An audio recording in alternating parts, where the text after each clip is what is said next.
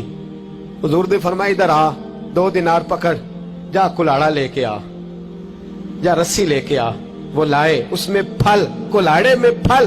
نصیب دیکھو صحابی کے, دستہ اور پھل نبی پاک نے اپنے ہاتھوں سے لگایا.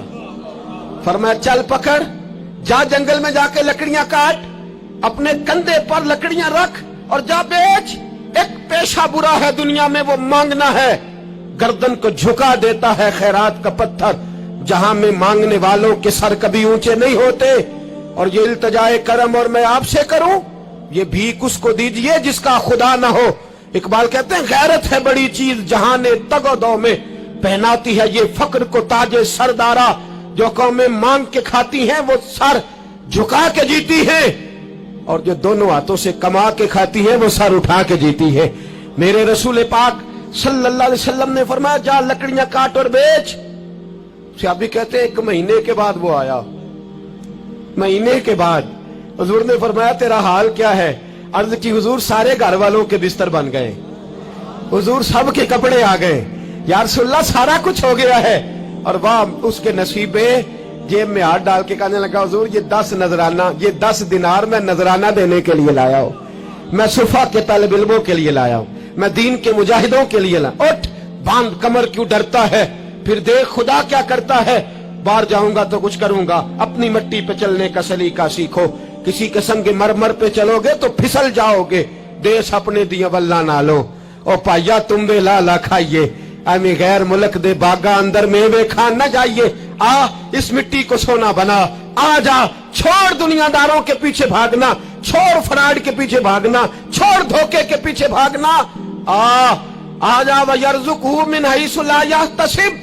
اللہ فرماتا ہے دنیا دار تجھے سوچ سمجھ کے دیں گے, میرے محبوب کے در کا گدا بن کے آ, میں تجھے بغیر حساب کتاب ہی عطا فرما دوں گا, میں تجھے بغیر حساب کتاب عطا فرماؤں گا. تو سچائی کی بولی بول, تو سچی بات کر. پوری دنیا کا کافر کہتا ہے مسلمان جھوٹ بولتا ہے, دھوکہ دیتا ہے. چھوڑ, آ جا, سچ بولنا شروع کر دے, در رسول پہ جھکنا شروع کر دے, اللہ تجھے بے حساب ہی عطا فرما دے گا. ایک تو سب سے پہلی بات, امیر لوگ غریبوں کی تحقیق کرنا چھوڑ دیں. اور دوسرا غریب, میرے دوست یہ حدیث میں درجنوں بار سناتا ہوں, پھر سن لو اور باندھ لو. ایک ہے اللہ والوں سے بات کرنا, وہ اور ہے. ایک ہے دنیا داروں سے بات کرنا, وہ اور ہے. سن میرے حبیب نے کیا فرمایا.